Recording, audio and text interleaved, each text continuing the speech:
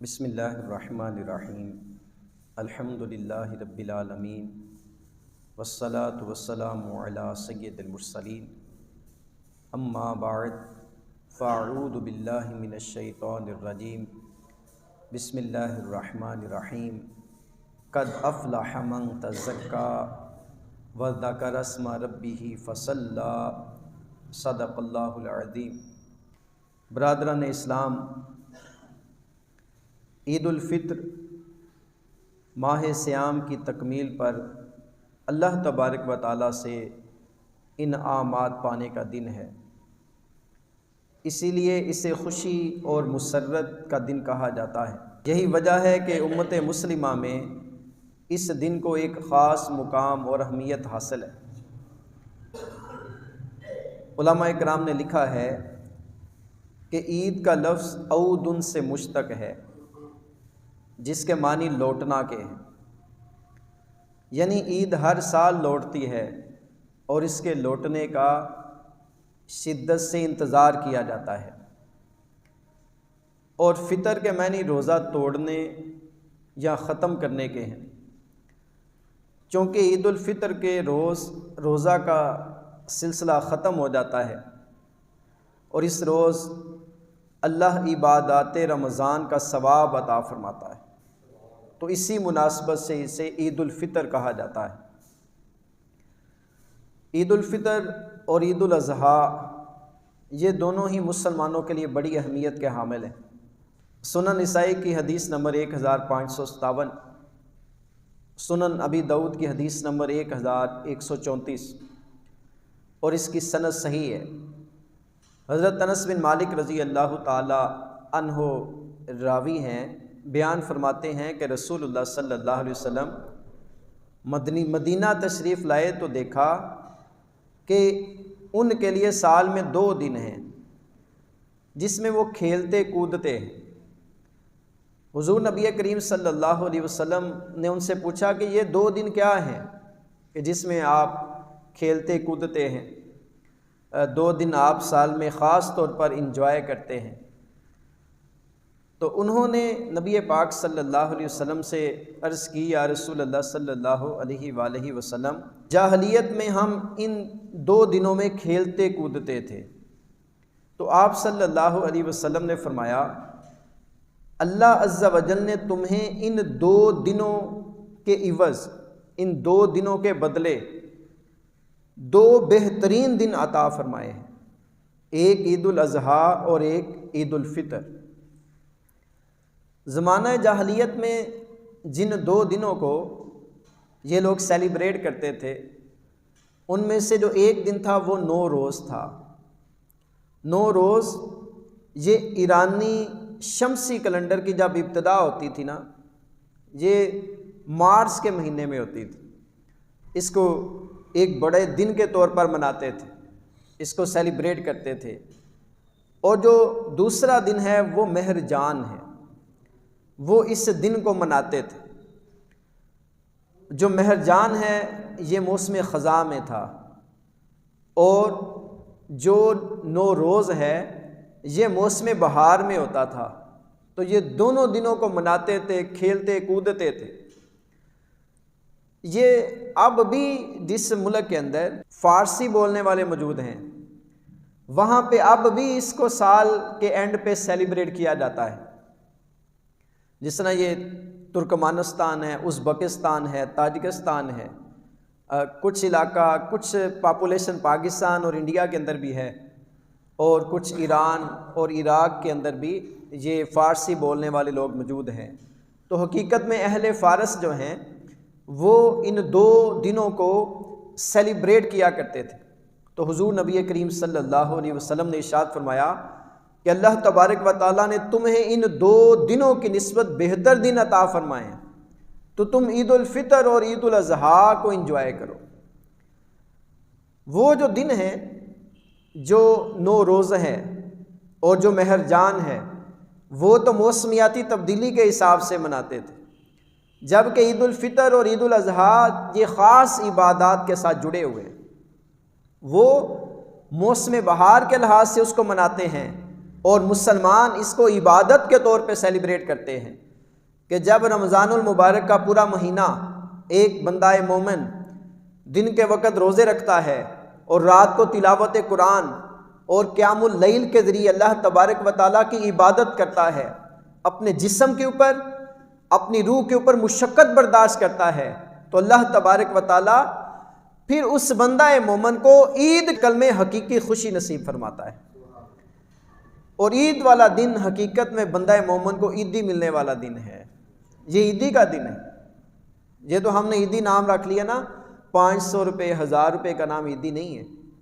بندہ مومن کے لیے تو عیدی کا دن وہ ہے کہ جب بندہ مومن سے اس کا رب راضی ہو جاتا ہے، تو وہ بندہ مومن کے لیے عیدی ملنے کا دن ہوتا ہے کہ جس میں بندہ اللہ تعالیٰ سے راضی ہو جاتا ہے۔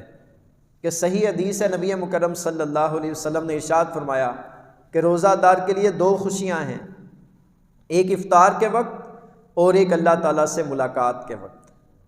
تو جب اللہ سے ملاقات ہوگی، اللہ تعالیٰ اپنے بندہ مومن سے جس نے روزے رکھے ہیں، جس نے اپنے اوپر مشقت برداشت کی ہے، اللہ تبارک و تعالیٰ اس کے گناہوں پہ پردہ ڈال کے اپنی رحمت سے رمضان کے روزوں کے وسیلے سے اس کو جنت میں داخلہ عطا فرما دے گا۔ تو یہ بڑا ہی اہم دن ہے، اس کو ہرگز غفلت کے اندر نہیں گزارنا چاہیے۔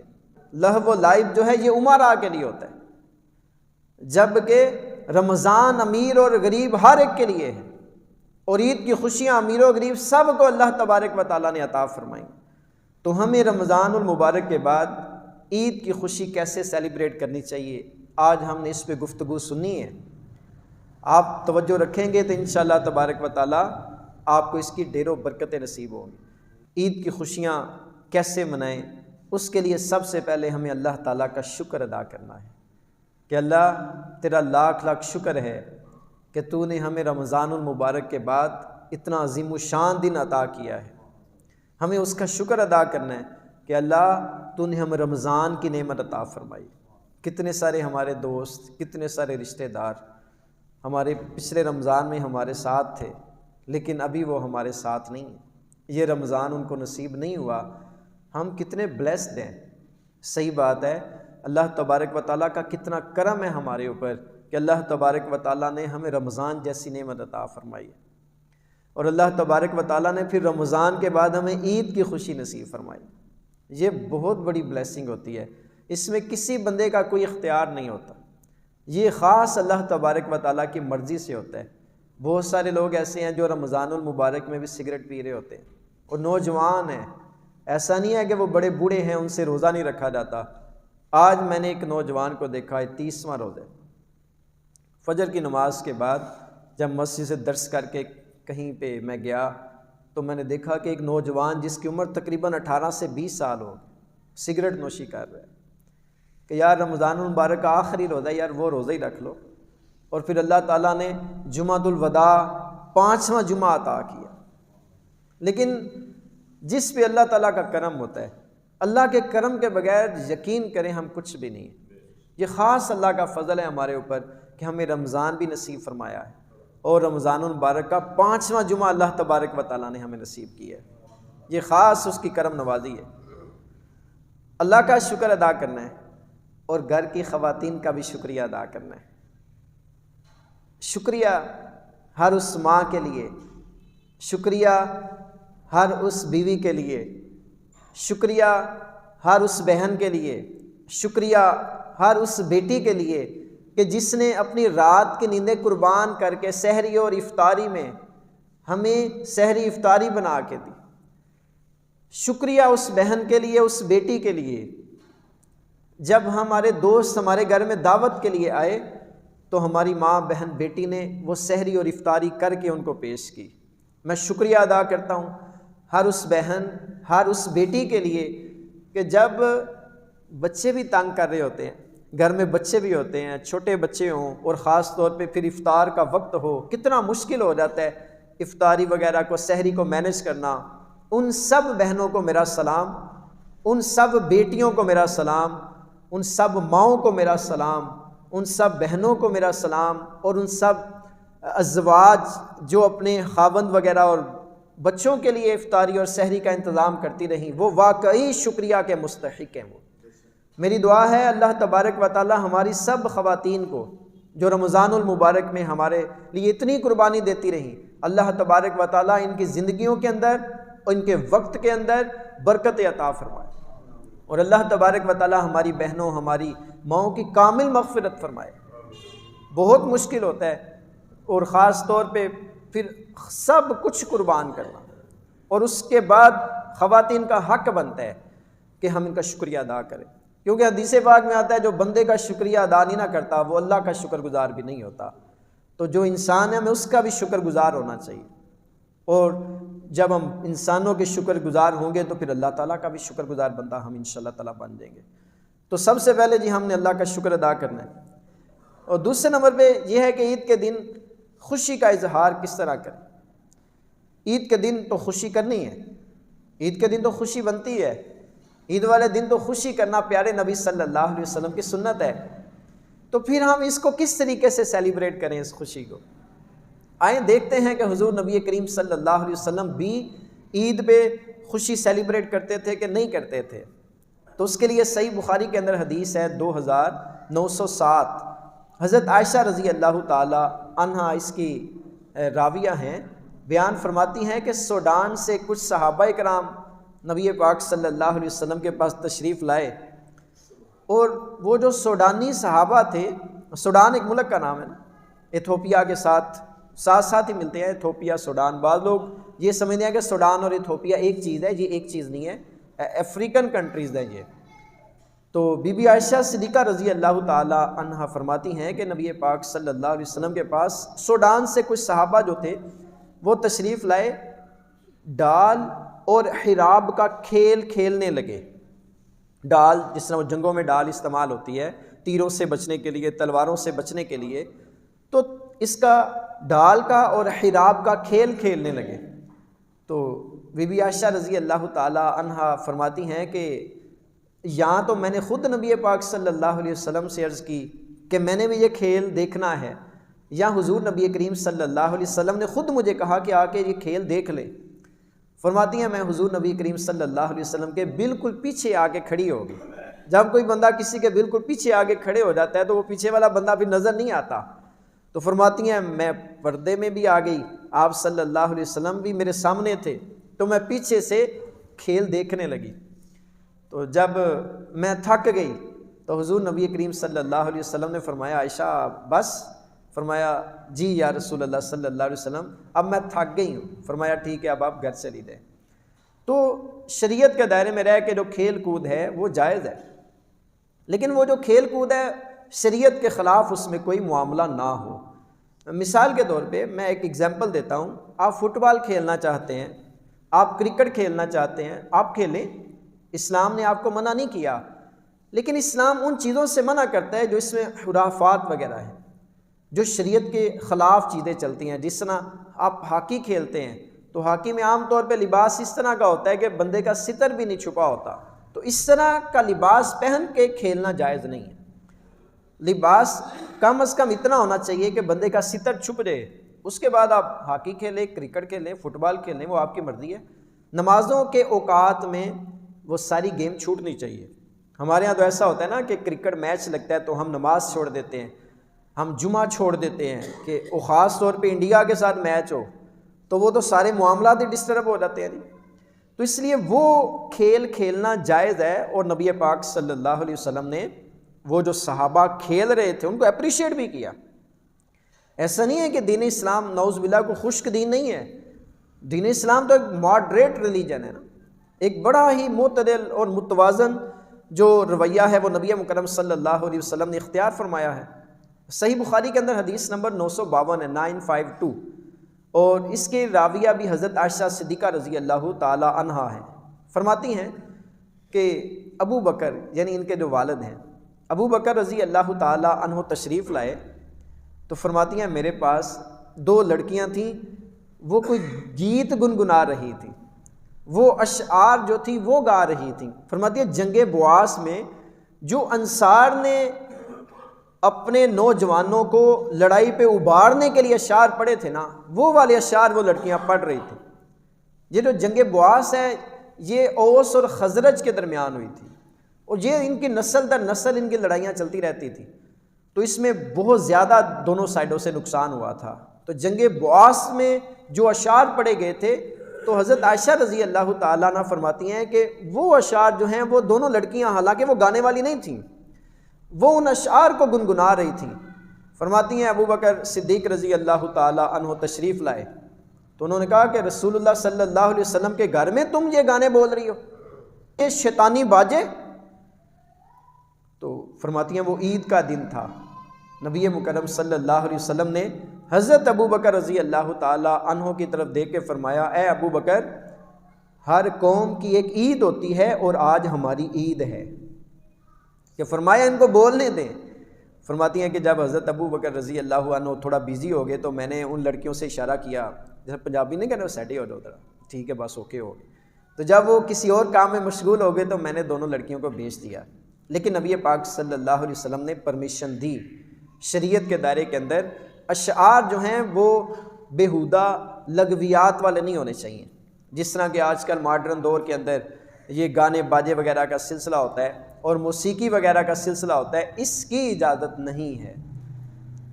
صحابہ کرام کے دور میں وہ چھوٹی بچیوں نے جب ہجرت مدینہ ہوئی تو نبی مکرم صلی اللہ علیہ وسلم کا جو استقبال تھا وہ دف بجا کے کیا تھا۔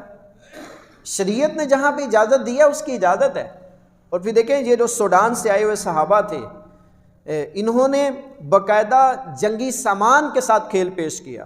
اچھا، اس کو عربی میں سودان کہتے ہیں نا، انگلش میں سوڈان ہے، یہ نہ ہو کہ آپ عربی میں سوڈان تلاش کرتے رہے، تو ڈال نہیں ہوتا نا عربی کے اندر، تو وہاں پہ السودان ہے عربی کے اندر جو حدیث پاک کے اندر الفاظ ہیں۔ تو صحابہ بھی اس میں پورا مطلب جوش و خروش کے ساتھ انوالو ہوتے تھے، اور آپ باقاعدہ داد دیتے تھے صحابہ کو۔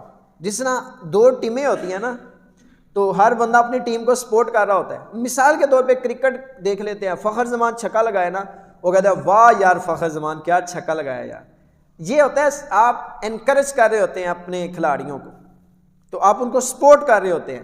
حضور نبی کریم صلی اللہ علیہ وسلم صحابہ کو بھی سپورٹ کیا کرتے تھے کہ وہ سپورٹ اور انکریجمنٹ تھی۔ تو عید کا دن ہمیں بھی نصیب ہوتا ہے، عید والے دن ہمیں بھی سیلیبریشن کرنی چاہیے۔ صحابہ بھی کرتے تھے، حضور نبی کریم صلی اللہ علیہ وسلم بھی کرتے تھے، اور حضرت عائشہ رضی اللہ تعالی عنہا نے بھی وہ کر کے دکھایا۔ تو عید والے دن یہ مطلب نہیں ہے کہ رمضان میں عبادت کی ہیں تو اب عید پہ ہم نے منہ بند کر کے چپ کر کے بیٹھے رہنا ہے، نہیں، کھانا پینا بھی انجوائے کریں۔ لیکن ایک نصیحت میں آپ کو ضرور کروں گا، رمضان کے بعد تقریباً 90% لوگوں کا پیٹ خراب ہو جاتا ہے، چونکہ رمضان میں وہ ہم ایک روٹین میں آئے ہوتے ہیں کم کھانے والی۔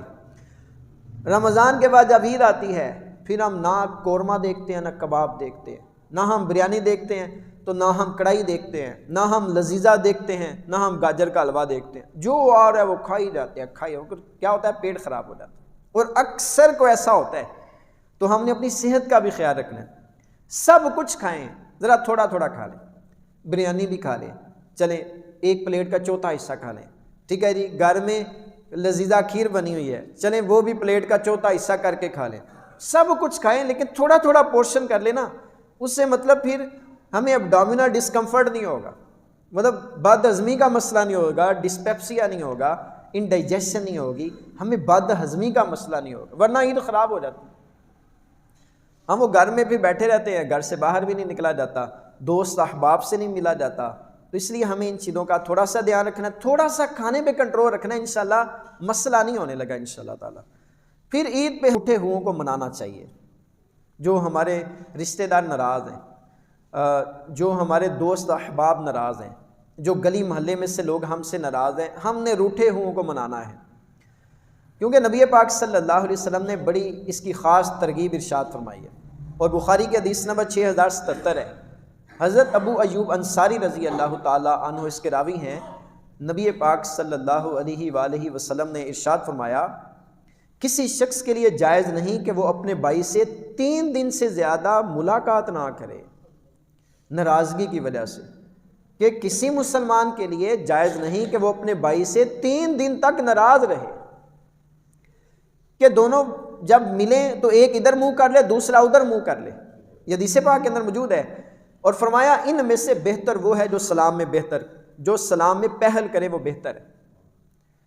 3 دن کی بات ہے، 3 دن تک فرمایا کہ اللہ تعالیٰ پسند نہیں فرماتا اس چیز کو. ہم تو سال ہر سال ناراضگیاں رکھتے ہیں نا, چھوٹی چھوٹی باتوں پہ ناراض ہو جاتے ہیں. تو عید والے دن بھائی ہم نے سب کو منانا ہے, جو ہم سے ناراض ہیں ہم نے ان کو منانا ہے, اور خود آگے بڑھ کے منانا ہے. فرمایا تم میں سے بہتر وہ ہے جو سلام میں پہل کرتا ہے. تو ہمارے نبی صلی اللہ علیہ وسلم نے جو فرما دیا نا, اگر ہم اس پہ عمل کریں گے تو اس سے ہماری عزت کم نہیں ہوگی, اس سے ہماری رسپیکٹ بڑھے گی, ہمارا ریگارڈ لوگ کریں گے. کب؟ جب ہم سنت رسول صلی اللہ علیہ وسلم پر عمل کریں گے. تو روٹھے ہوں کو منانا ہے, رشتہ دار ہیں یا دوست احباب ہیں یا گلی محلے میں چھوٹیاں وڈیاں گلاں ہو جاندیاں. ایسا نہیں ہے کہ ناراضگی نہیں ہوتی, ناراضگیاں ہو جاتی ہیں, مسئلے مسائل ہو جاتے ہیں, لیکن ان کو طول نہیں دینا چاہیے. انا میں آ جاتے ہیں, انا کی وجہ سے بھی لڑائیاں بڑھتی ہیں, ناراضگیاں بڑھتی ہیں. تو عید والے دن بالخصوص اس چیز کا ہم نے دھیان رکھنا ہے کہ روٹھے ہوں کو ہم نے منانا ہے, تاکہ ہم حقیقی عید کی خوشیاں منا سکیں. یہی خوشی ہے نا, جب ہمارا کوئی عزیز روٹھا ہوا ہم سے خوش ہو جائے گا, تو اصل خوشی تو ہے ہی ہے. دل میں کسی کے لیے تکبر رکھیں گے, حسد رکھیں گے, تو اس سے عید کی خوشی کا مزہ نہیں آپ کو آئے گا. ایک اور عید کے حوالے سے بعض لوگوں کے اندر ایک بات مشہور ہے قضائے عمری کی, اور ایک من گڑت بات آگے پھیلائی جاتی ہے کہ جو کوئی رمضان المبارک کے آخری جمعہ میں 4 رکعت نماز ادا کرے اور اس میں کچھ 7 دفعہ آیت الکرسی پڑھے اور 13 دفعہ یا 19 دفعہ سورہ اخلاص پڑھے, 4 رکعت نماز اس طرح سے ادا کرے کہ ہر رکعت کے اندر یہ پڑھے, تو اس کی قضا نمازیں معاف کر دی جائیں گی, چاہے 700 سال کی نمازیں قضا ہوئی ہوں. اس کی کوئی حقیقت نہیں. یہ تو بڑا آسان کام ہے. بندہ پھر پورا سال نماز نہ پڑھے اور رمضان المبارک کے آخری مہینے میں آگے 4 رکعت نماز پڑھے, سارے مسئلے حل ہو, پھر 700 سال دیا نمازاں معاف ہوگی. پھر 700 سال کی زندگی بھی نہیں ہے, پھر تو ہمیشہ کے لیے یہ عبادت کا سلسلہ ختم ہو جائے گا نا. تو اس کی کوئی اصل نہیں ہے. قضائے عمری یہ ہے کہ آپ اندازہ لگائیں کہ میری زندگی میں کتنی کو نمازیں قضا ہوئی ہیں. فرض کریں آپ اندازہ لگاتے ہیں گھر میں سکون سے بیٹھ کے, آپ کو لگتا ہے 2 سال کی میری نمازیں قضا ہیں, تو پھر ہر نماز کے ساتھ آپ کسی نماز کے فرض ادا کریں. فرض کریں آپ ظہر کی نماز پڑھتے ہیں, تو ظہر کی نماز کے ساتھ آپ 4 رکعت نماز پڑھیں گے جو نماز قضا ہو چکی ہے. فجر کی نماز سے پہلے فجر کے 2 فرض پڑھ لیں, عصر کی نماز سے پہلے عصر کے 4 فرض پڑھ لیں, مغرب کی نماز کے بعد مغرب کے 3 فرض پڑھ لیں, عشاء سے پہلے یا عشاء کے بعد عشاء کے 4 فرض اور 3 وتر پڑھ لیں. روزانہ یہ روٹین بنا لیں کہ ڈیلی ہم نے ایک نماز کے ساتھ ایک نماز قضا پڑھنی ہے. تو یہ آپ کو اس طرح سے معافی نہیں ملے گی. آپ اللہ کی بارگاہ میں رو رو کے دعا بھی کریں گے نا نماز چھوٹ جانے کی, تو نماز جو چھوڑنے کا گناہ تھا وہ گناہ تو معاف ہو جائے گا, نماز معاف نہیں ہوئی. تو نماز اسی صورت میں آپ کے اوپر سے وہ قرض اترے گا جب آپ ادا کریں گے. پتہ چل گیا جی, اس طرح سے قضائے عمری نہیں ہوتی ہے. عید والے دن ہم نے بالخصوص اسپیشلی اینڈ اسپیسیفکلی غریبوں کی مدد کرنی ہے. یہ سب سے بڑی بات عید کے دن کی ہے. ہم نے غریبوں کا خیال رکھنا ہے, اور نبی پاک صلی اللہ علیہ وسلم نے اتنی پیاری حدیث اس کے بارے میں ارشاد فرمائی ہے نا, آپ سنیں گے آپ کو انشاءاللہ مزہ آ جائے گا. صحیح مسلم کے اندر حدیث نمبر 2580 ہے, اور صحیح بخاری کے اندر حدیث نمبر 6951. حضرت عبداللہ ابن عمر رضی اللہ تعالی عنہ اس کے راوی ہیں. فرماتے ہیں کہ رسول اللہ صلی اللہ علیہ وسلم نے ارشاد فرمایا, مسلمان کا بھائی ہے, نہ وہ اس پر ظلم کرتا ہے نہ وہ اس کو کسی ظالم کے حوالے کرتا ہے. جو شخص اپنے بھائی کی حاجت پوری کرنے میں لگا رہتا ہے, اللہ تعالیٰ اس بندے کی حاجت پوری کرنے میں لگا رہتا ہے. گالم ہو گئی ساری, سمجھو ہے جمعے دا میسج ہے. پورا جمعہ یاد رکھے نہ رکھے, ہے حدیث یاد رکھنی ہے یار, کہ جو اپنے مسلمان بھائی کی حاجت روائی میں لگا ہوا ہے, جو اس کے کسی کام میں لگا ہوا ہے, ہمارے نبی صلی اللہ علیہ وسلم نے ارشاد فرمایا اللہ اس بندے کے کام میں لگ جاتا ہے. جدے کام اللہ تعالیٰ دی مدد شامل حال ہو جائے, وہ دے بیڑی پارنے بھائی, نہ دنیا دا کام رکدا ہے پھر نہ آخرت دا. ہاں تسی کرنا کیے وہ دے بندیاں دی مدد لگیا رہنا. اور پھر نبی پاک صلی اللہ علیہ وسلم نے ارشاد فرمایا کہ جو کسی مسلمان سے اس کی ایک تکلیف دور کرتا ہے. کوئی تکلیف ہے اس کو دنیا میں کوئی پریشانی ہے، اس کو کوئی مصیبت آ گئی ہے، ارشاد فرمایا جو کسی مسلمان کی ایک تکلیف دور کرتا ہے اللہ قیامت کی تکلیفوں میں سے اس کی تکلیف کو دور کرے گا. ہو سکتا ہے قیامت کی تکلیف یہ ہو پل صراط سے گزرنا بڑا مشکل ہے، احادیث کے اندر موجود ہے، اور یہ تلوار سے تیز ہے، اور واقعی ایسا ہے، بال سے باریک ہے، احادیث کے اندر موجود ہے.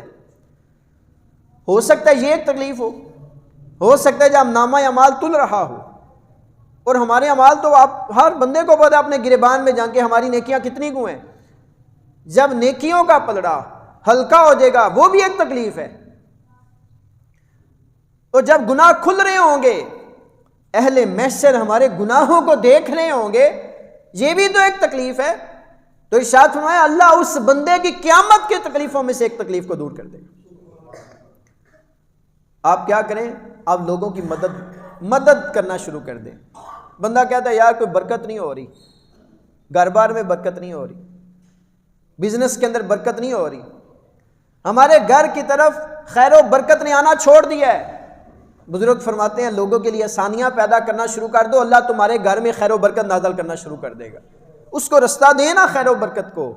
ہم نے خیر و برکت کو اصل میں نا رستہ دینا چھوڑنا، ہم گیٹ بند کر دیا، نو انٹری، سٹاپ، ایسے کر دیا. ہم نے نو انٹری اور تالا لگا دیا ہوا گیٹ کے اوپر. تو لوگوں کے لیے آسانیاں پیدا کریں، لوگوں کے پاؤں میں کانٹے نہ بچھائیں، کسی کے راستے میں روڑے نہ اٹکائیں.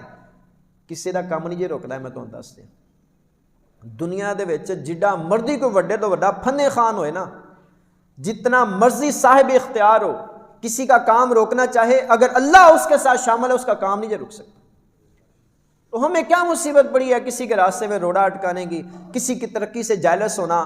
کوئی بڑا گھر بنا لے نا، کوئی بڑا بنگلہ بنا لے تو لوگ اس سے جائلس ہونا شروع کر دیتے ہیں. کوئی اچھی گاڑی لے لیں لوگ اس سے حسد کرنا شروع کر دیتے ہیں. کسی کا کاروبار اچھا چل رہا ہو لوگ حسد کرنا شروع کر دیتے ہیں. یار ہمارے حسد کرنے سے ہماری نیکی ضائع ہونی ہے، اس کا کچھ نہیں جانا.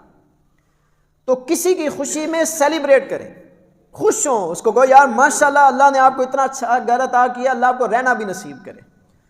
اللہ تبارک و تعالیٰ نے آپ کو اچھی گاڑی دی ہے، اللہ سواری اور سوار دونوں کا محفوظ رکھے. کی جاندا ہے یار اللہ تعالیٰ ہم سے راضی ہو جائے گا، اللہ ہمیں بھی نصیب فرمائے گا. تو جے ساری عمر سڑتے رہنا اور سڑتے ہی رہنا، پھر دل بھی سڑے گا تو چہرے تے رونق بھی نہیں جے آندی. تو لوکاں دی خوشی ہے نا خوش ہوو، لوکاں دی خوشی نو سیلیبریٹ کریا کرو. اللہ تعالیٰ سب کو جو ان کی نیک جائز خواہشات ہیں اللہ تعالیٰ پوری کرنے میں ان کی مدد فرمائے. تو یہ ہماری دعا ہے جی. تو لوگوں کے لیے آسانیاں پیدا کریں. ہم نے غریبوں کا خیال رکھنا ہے. صدقہ فطر ابھی تک اگر کسی نے نہیں دیا تو آج تو کسی غریب کے گھر پہنچا دینا صدقہ فطر. جتنا صدقہ فطر ہے ایک بندے کا گندم کے حساب سے 300 روپے ہے تو 3000 روپے دے دیں، 1000 روپے، 2000، جتنا بھی اللہ نے آپ کو توفیق دی ہے کسی ماڑے نو دے کے آؤ. اللہ تواڈے واسطے آسانیاں پیدا کرے گا. میں منہ پہ نہیں بات کرتا ہوں. ہمارے بعض ایسے حضرات ہیں جو ماشاءاللہ راہ خدا میں خرچ کرتے ہیں اور غریبوں کا دکھیاروں کا بھلا کرتے ہیں. اللہ تعالیٰ ان کا دینا نصیب کرے. بیوی ہے، بچے ہیں، معاملات ہیں. تو طارق بٹ صاحب نے مجھے کہا جی کہ ان کا ساری زندگی کا راشن میرے ذمہ ہے. یا گل دا مزہ آیا نا کہ عثمان صاحب تسی انہاں نو کہہ دینا ہے کہ ساری زندگی تہاڈا راشن دا خرچہ میرے ذمہ میں 15-16 تاریخ نو جدوں بھی تسی آ کے تے میرے کو مہینے دا راشن لینا نہ کرنا. پھر ان کے گھر گئے ہیں اس وقت بھی پیسے دیے ہیں. اور بھی لوگ کرتے ہیں لیکن اس طرح نہ کرو نا یار اگلے بندے نو بھی پتہ لگے یار میری زندگی دی ٹینشن ہی مک گئی ہے.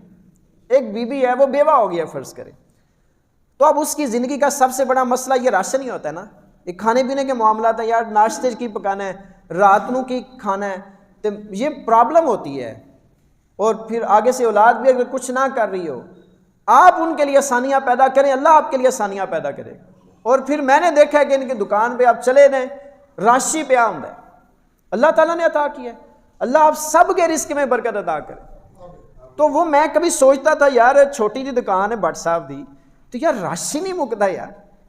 وہ یہ چیزوں کے پیچھے یہ ساری چیزیں ہوتی ہیں. جو دیتا ہے نا اس کے پیچھے رزق بھاگتا ہے. جو کس کی پریشانی دور کرتا ہے اللہ اس کی پریشانی دور کرنے میں لگ جاتا ہے. تو جس کی مشکل اللہ دور کرے اور جس کو اللہ ترقی اور عروج عطا کرے اور جس کو عزتیں اللہ عطا کرے اس کو کوئی نیچا دکھانے والا کوئی پیدا نہیں ہوا آج تک. کیونکہ اللہ کی طاقت کے برابر کون ہو سکتا ہے؟ وہ احکم الحاکمین ہے، وہ قادر مطلق ہے، وہ مالک ہے، وہ خالق ہے. کہ مطلب اس طرح لوگ ہیں، آپ بھی لوگوں کے لیے آسانیاں پیدا کریں. تو کسی نہ کسی کے لیے گھر آپ جائیں، کوئی بیمار ہے، وہ بڑے بڑے بیمار ہوتے ہیں. اب یہ میرا جو کزن تھا تقریباً 20 سال دوائیاں کھاتا رہا. اس طرح کے کئی مریض ہیں، ساری عمر گزر چکی ہے بیماریوں میں، ان کی دوائیوں کا خرچہ اٹھا لیں. کوئی غریب ہے، اس کا بچہ پڑھنا چاہتا ہے، اس کا آپ سٹڈیز، اس کی ایجوکیشن کا خرچہ اٹھا لیں.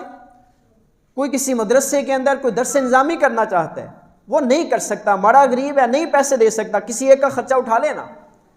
اس کے بعد آپ بھول جائیں، آپ اپنی پریشانیوں کو بھول جائیں گے، اللہ تعالیٰ خود آسانیاں آپ کے لیے پیدا فرما دے گا. تو یہ حدیث اس کی گواہ ہے.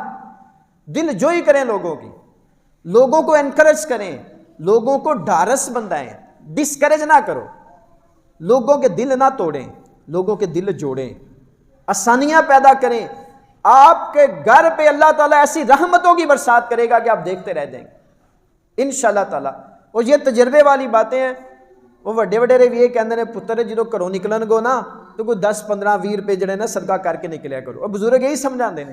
اس کے پیچھے گیم ساری یہی ہے، ملٹی پلائی ہو رہا ہوتا ہے، ملٹی پلائی ہو رہا ہے. قرآن اس پہ گواہ ہے کہ بدلے 700 ہے. تو لوگوں کے لیے آسانیاں پیدا کریں.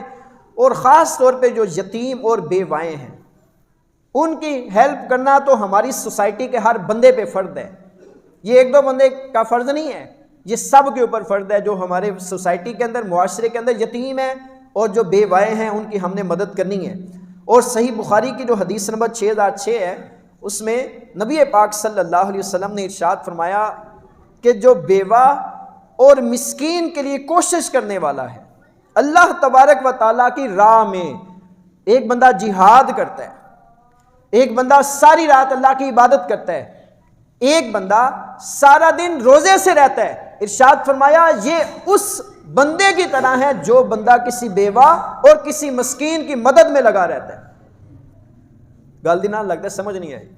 ایک بندہ جہاد کرتا ہے نا، جہاد کا مطلب ہے کہ اس نے اپنی جان قربان کرنے کی سوچ لیا ہوا ہے، وہ قتال کر رہا ہے، تلواروں کے سائے میں ہے یا گولیوں کی برسات میں وہ سینہ تان کے کھڑے ہے، اس کی جان جا سکتی ہے، وہ شہید ہو سکتا ہے.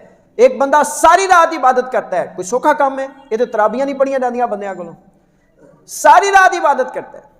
اور ایک بندہ سارا دن روزے سے رہتا ہے.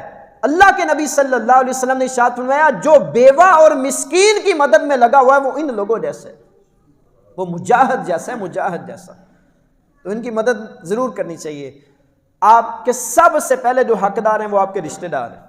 سب سے پہلے اپنے رشتہ داروں کو دیکھیں، چاہے وہ زکوٰۃ ہے چاہے وہ فطر ہے، ساریاں تنظیمات سائڈ تے کر دیو.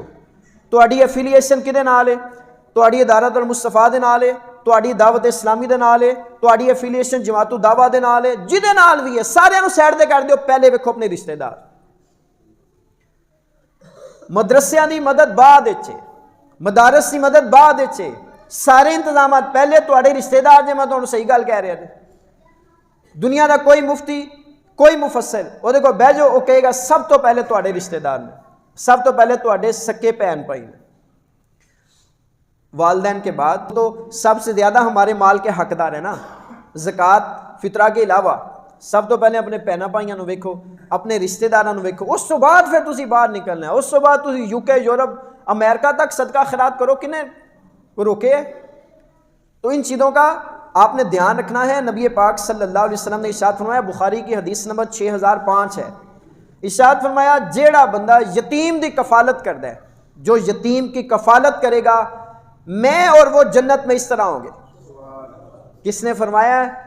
وہ جن کی زبان سے رب بولتا ہے، نبی مکرم صلی اللہ علیہ وسلم نے. جیڑا یتیم دی کفالت کرے گا میں تے او اے 2 انگلیاں، فرمایا میں تو جنت اس طرح ہوں. ایڈا قرب یار، جنت نصیب ہونا بڑی گل ہے. تے حضور صلی اللہ علیہ وسلم دا اللہ تعالیٰ قرب نصیب فرما رہے ہیں اس عمل دی وجہ تو عید والے دن یہ ہم نے کام ضرور کرنا ہے. جو فوت شدگان ہے نا ان کے اصالے ثواب کے لیے ہم نے دعا بھی کرنی ہے. اس سال ثواب کے لیے ہم نے کیا کرنا ہے جی؟ دعا بھی کرنی ہے۔ جو فوت ہو گئے ہیں، خاص طور پہ والدین، ان کے بعد بہن بھائی، اپنی اولاد میں سے، اپنے رشتہ داروں میں سے جو فوت ہو گئے ہیں ان کے لیے دعا کرنی ہے۔ ساری امت مسلمہ کے لیے دعا کرنی ہے۔ ان دکھیارے مسلمانوں کے لیے دعا کرنی ہے جو کفار کے نرغے میں ہیں۔ ہم نے فلسطین کے مسلمانوں کے لیے بھی دعا کرنی ہے۔ ہم نے کشمیر کے مسلمانوں کے لیے بھی دعا کرنی ہے۔ چچنیا، بوسنیا، شام، عراق کے مسلمانوں کے لیے بھی دعا کرنی ہے۔ ہم نے ایران کے مسلمانوں کے لیے بھی دعا کرنی ہے۔ سب کو دعا میں شامل کرنا ہے، اور خاص طور پہ والدین کے لیے دعا ہے نا، اولاد جو دعا کرتی ہے۔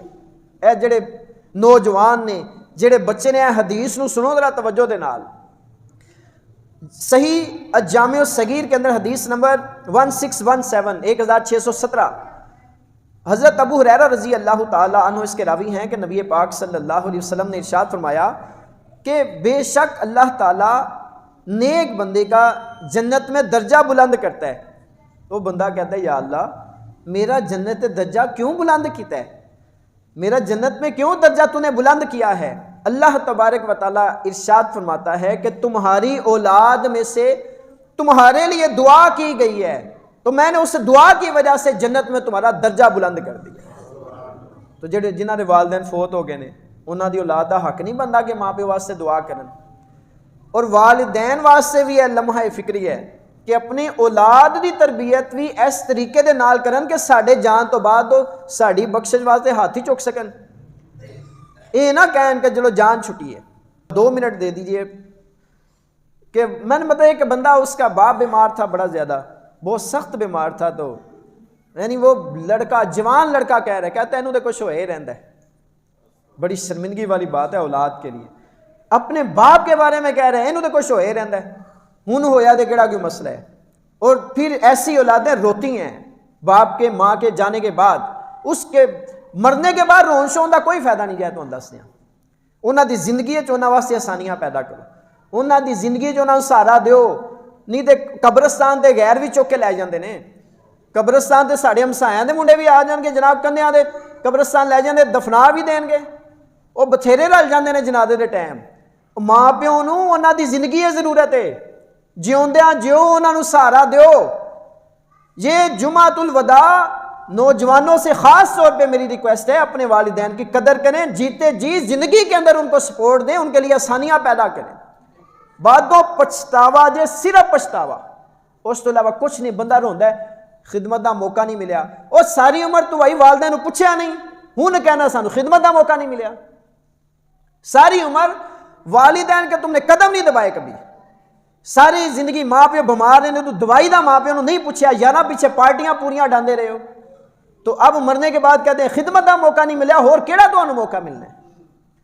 تو میری نوجوانوں سے ریکویسٹ ہے اس کی طرف توجہ کریں، ہماری اس طرف توجہ نہیں ہے۔ اے فیس بک تے بہ کے گھنٹے 2 گھنٹے برباد کر چھڑنے ہاں، وہ ساڈے کو بڑا ٹائم ہے، ماں پیو واسطے ساڈے کو کوئی ٹائم نہیں جے۔ سوشل میڈیا سٹیٹس وکھنا شروع کرن گے، اینڈ تک جنی دیر پوری لے نہیں نا پوری، انہوں نے چھڑنا نہیں موبائل، تے ماں پیو 5 منٹ واسطے رہے انہوں دی خدمت کرنی پہ رہے۔ نوجوانوں سے کہہ رہا ہوں میں، سانوں موت پہ جاندی ہے، اس کی طرف کوئی توجہ کرے۔ جب چلے جائیں گے نا پھر روتے رہتے ہیں، اور بھی ٹکریں مارنے کا کوئی فائدہ نہیں ہے۔ آج زندگی میں ہم نے ان کو فیور دینی ہے، ان کو سپورٹ دینی ہے۔ اللہ تبارک و تعالی ہمیں عمل کی توفیق دے، اور میری بالخصوص دعا ہے اللہ تعالی سب دوستوں کے رمضان کے روزے قبول فرمائے، اور اللہ تعالی ہمیں طاقت ہمت دے کہ ہم رمضان کے بعد بھی اسی طریقے سے جمعہ کے لیے بھی آئیں، نمازوں میں بھی شامل ہوتے رہے، جو نمازیں وغیرہ ان کی پابندی کرتے رہے۔ آمین بجاہ النبی الامین صلی اللہ علیہ وسلم۔